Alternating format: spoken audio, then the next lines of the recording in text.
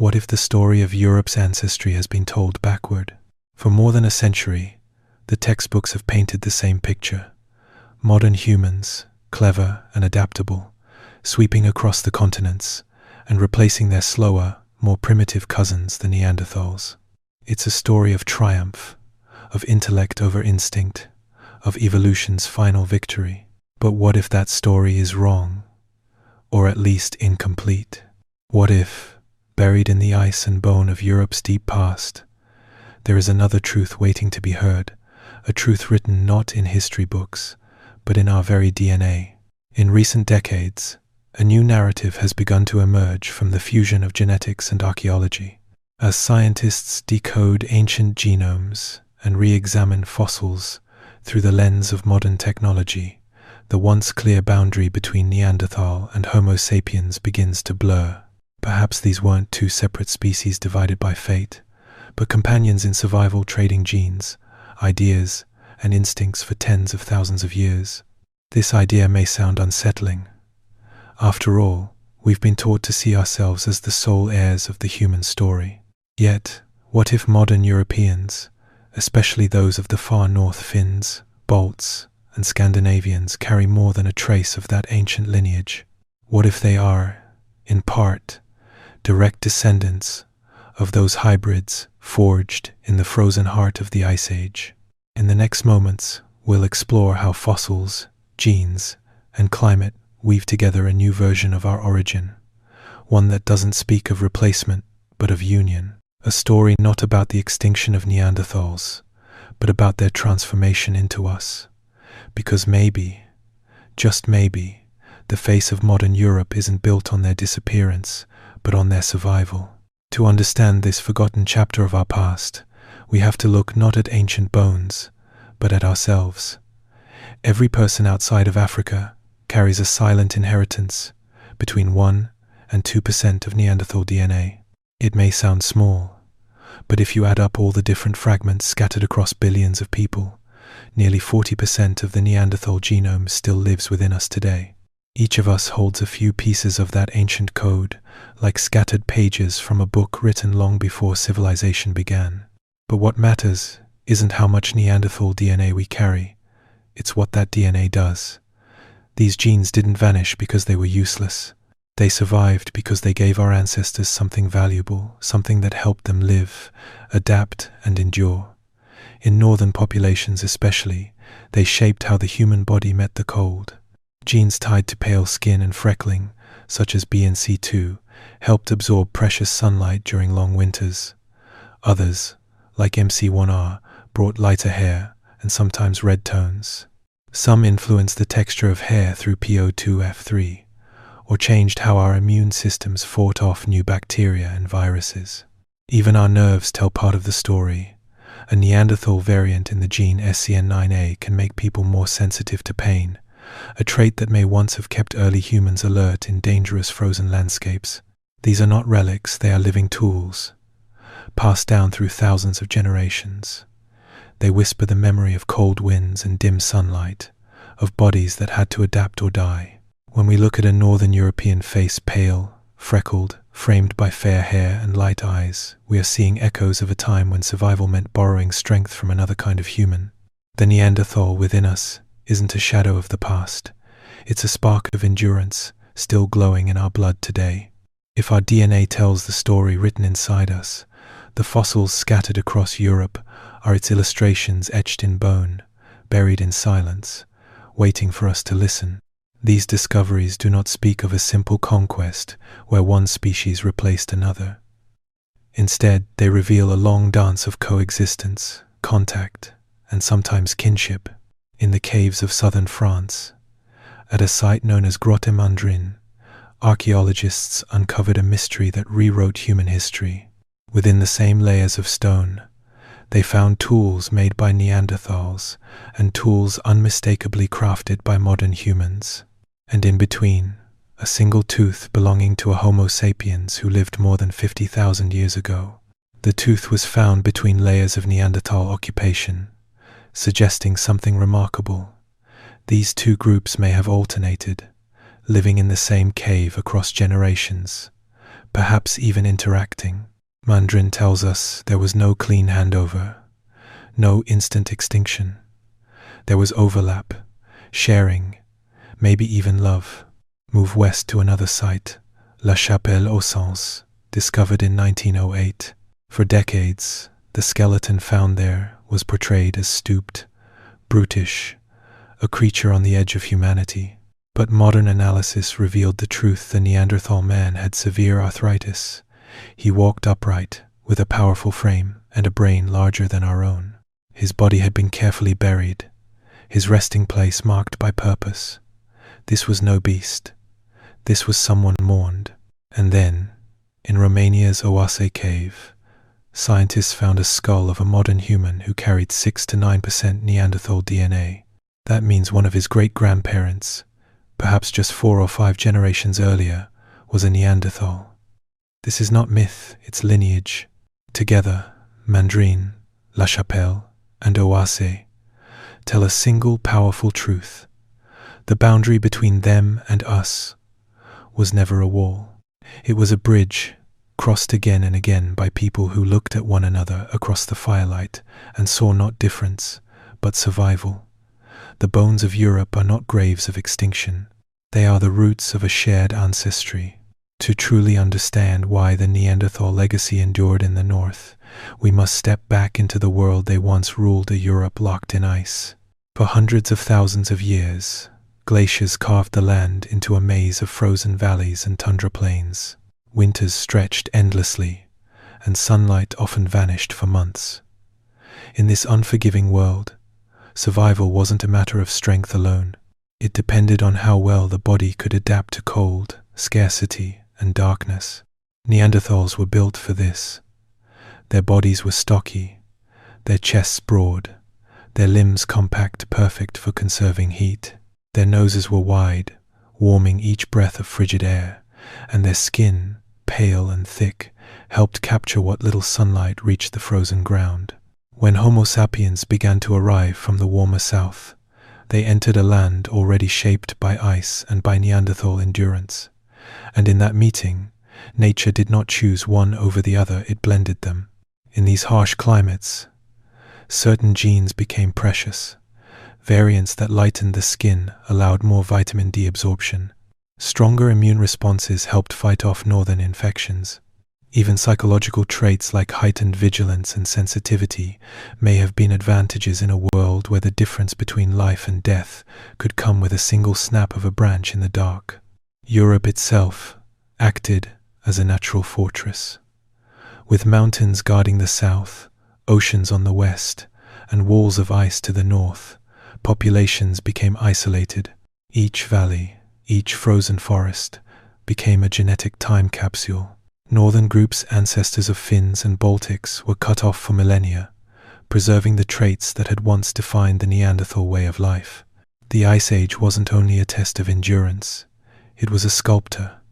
It carved the landscape, but it also carved the human body and spirit. In every pale face that still thrives under northern skies, you can glimpse the silent victory of those who refused to die in the cold. When the Ice Age finally loosened its grip, and the glaciers retreated northward, small bands of humans remained in the tundra's shadow, people who had learned not just to survive the cold, but to belong to it. From those isolated survivors, a lineage endured that would one day be called the Finns, the Estonians, the Latvians, and the Lithuanians. Their world was carved by silence and frost, their heritage shaped by the long memory of winter, and in their DNA, traces of that ancient mixture, Neanderthal and Homo sapiens, still echo. Modern genetics reveals that these northern Europeans are unlike anyone else on the continent. The Finns, for example, carry one of the oldest maternal lineages in Europe, the U5 haplogroup, passed down from Ice Age hunter-gatherers who roamed the continent long before farming reached its shores. Their Y chromosome pattern, marked by haplogroup N1C, links them to the distant peoples of Siberia, a reminder of ancient migrations that met and mixed at the edge of the frozen sea. Together, these lineages form a genetic fingerprint unlike any other in Europe, a living relic of the continent's earliest survivors. Isolation played a crucial role. While the rest of Europe was transformed by waves of migration from the south and east, farmers, herders, empires, the far north remained remote, surrounded by forests, lakes, and ice. Here, genetic drift acted like a museum curator, preserving the oldest features of Europe's past. Many traits inherited from Neanderthals: fair skin, light eyes, sturdy builds, strong immune systems remained common in these regions, while fading elsewhere. But the story isn't about being more Neanderthal than others. It's about endurance. The fins and the bolts represent what happens when human beings adapt through patience rather than conquest. Their ancestors didn't just survive the Ice Age, they carried it forward in their bones, in their blue eyes and pale skin, in their quiet resilience and respect for nature's extremes. We can still glimpse the ancient balance between human and Neanderthal. Across thousands of years, they became the living legacy of a world forged in frost. The forests of Finland and the frozen lakes of the Baltics are not only landscapes, they are the echoes of an older Europe, one where two kinds of humans became one. As the Ice Age faded and sunlight slowly returned to northern skies, the human body carried forward a secret legacy: the genes of light. Within the DNA of modern Europeans lie dozens of tiny switches that determine how the skin, eyes, and hair reflect the world around them. But these switches did not appear overnight. They were shaped over tens of thousands of years by the meeting of two worlds: the warm-blooded wanderers from Africa and the cold-forged Neanderthals who had already mastered the darkness of Europe. Pigmentation is not the work of one gene, but of many acting together, like instruments in an ancient orchestra. The OCA2 and HERC2 genes influence eye color, creating shades of green and blue that once mirrored the northern ice. The BNC2 gene lightens the skin, allowing it to gather the faintest touch of sunlight. The MC1R gene changes hair color, producing red and blonde tones that still glow across northern Europe. Some of these variants arose in modern humans. Others were borrowed through interbreeding with Neanderthals, who had already adapted to dim, low UV environments. In that frozen world, light skin was not a matter of beauty, it was survival. Pale pigmentation allowed the body to produce vitamin D during long, sunless winters. Hair that reflected sunlight and eyes that captured every flicker of brightness were not aesthetic choices. They were acts of adaptation written in flesh. Over millennia, natural selection favored these traits, preserving them in those who endured the cold while others perished. When we see a freckled face, a lock of golden hair, or a pair of blue eyes glinting under the pale northern sun, we are not witnessing fashion or coincidence. We are seeing evolution's quiet memory, a story of light carved into human skin. The hues of modern Europe are not modern at all. They are the colors of survival, painted long ago by hands both Neanderthal and human. What does all of this truly mean? Beyond the DNA charts, the fossils, and the maps of ancient Europe, what story is science really telling us about ourselves? For generations, the tale of human evolution was written as a victory march, modern humans advancing, while Neanderthals vanished, their fire extinguished by our superior minds. But the evidence now whispers a different truth. They never truly disappeared. Instead, they were absorbed, transformed, and remembered through us. Their strength, their resilience, their very biology became part of our inheritance. Modern genetics reveals that evolution is not a story of replacement, but of combination. The genes we carry are the survivors of countless tests. Those that weakened us were slowly filtered out, while those that offered protection against cold, hunger, and disease remained. Over 40,000 years, natural selection shaped our shared genome, keeping the best of both worlds. What we inherited from Neanderthals is not a flaw, but a gift of endurance. And with every new discovery, science itself evolves.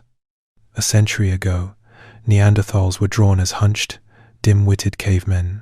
Today, we know they crafted tools, made jewelry, cared for their sick, and buried their dead with ritual and compassion. They weren't a failed experiment in evolution, they were another version of humanity. Their story is not about extinction, but integration.